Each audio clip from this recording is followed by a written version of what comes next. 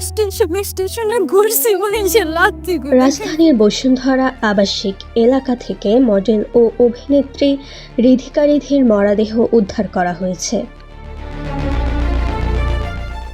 শনিবার সকাল ৬টার দিকে সিলিং ফ্যানে ঝুলন্ত অবস্থায় তাকে উদ্ধার করা হয়। এরপর কুর্মিটোলা জেনারেল হাসপাতালে নেওয়া হলে চিকিৎসকেরা মৃত ঘোষণা করেন। পুলিশের প্রাথমিক ধারণা এটি আত্মহত্যার ঘটনা হতে পারে।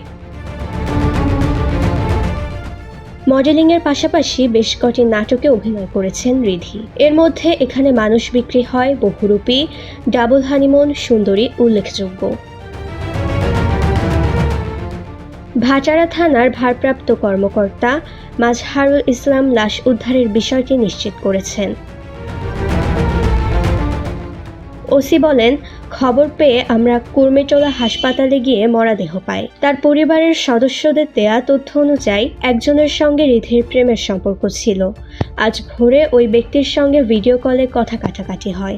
এক পর্যায়ে ভিডিও কলে থাকা অবস্থাতেই রিধি আত্মহত্যা করে। পরিবারের অভিযোগের ভিত্তিতে আমরা মামলা নিচ্ছি। মাইশা আঞ্জুম,